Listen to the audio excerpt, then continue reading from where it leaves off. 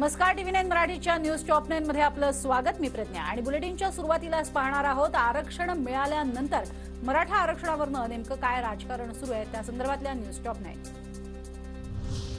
नेत्यांनी आमच्या दारात यायचं नाही, नेत्यांच्या दारातही कुणी जाऊ नका, याला गावबंदी समजा। नेत्यांचा आणि मराठ्यांचा काही संबंध नाही। मनोज जरांगेंकडून प्रत्यक्षपणे सर्वपक्षीय नेत्यांना गावबंदीचा इशारा।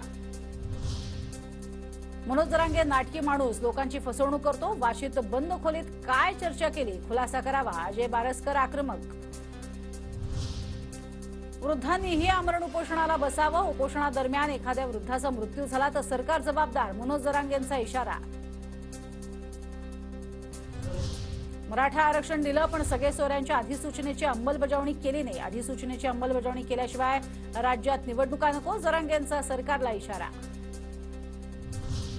तर जरांगे हे स्वतःला देव समजू लागलेत, कायदा माहिती नाही, बोलत राहतात, आमचा त्यांना विरोध। अजय महाराज बारसकर यांची टीका। जरांगेंच्या मागे अदृश्य शक्तींचा हात, त्यांच्या मागे भुजबळ असल्याचा संशय, अशीही केली शंका व्यक्त। तर समाजाबाबत मी कट्टर, पण अजय बारसकर हेकेखोर, भोंदू महाराज त्याने मला शिकवू नये, जरांगेंचा हल्लाबोल। तर तुकाराम महाराजांवरील वक्तव्याबद्दल केला खेद व्यक्त। 10% आरक्षण देऊन मराठ्यांचं वाटोळं करण्याचा सरकारचा प्लॅन, बारसकरांच्या मागे कोण नेते मला माहिती, सरकारनं आता ट्रॅप रचणं बंद करावं, जरांगेंचा सरकारसह अजय बारसकरांना इशारा।